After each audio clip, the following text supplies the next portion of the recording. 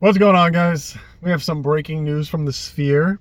UFC 309 will be Miocic versus Jones in New York, Madison Square Garden, headlining the card. But do you care? And furthermore, should you care? Because I'm of the opinion that this fight is about 4 years too late.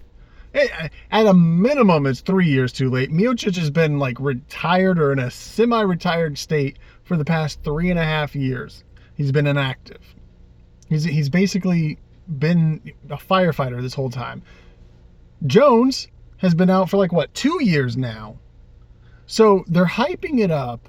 They're saying the best heavyweight of all time versus the best light heavyweight champion of all time, which this would have been extremely compelling had not so much time not elapsed already.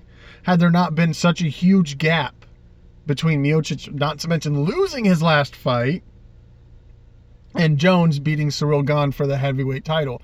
There's been such a big period of time that I don't see how you can get hyped. Who cares at this point? Sure, this is literally the UFC hype machine at work.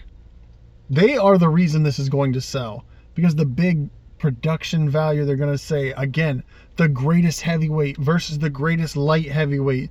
Can Jones become a legend, or will Stipe destroy him? It's going to be this big hype machine.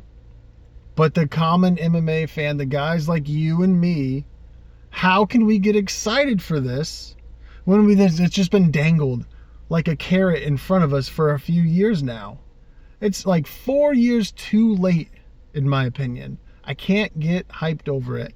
And as my companion, Muddy Wolf, said whenever I showed him, I broke the news to him, he literally only replied with one word: boring. Because that's what it is.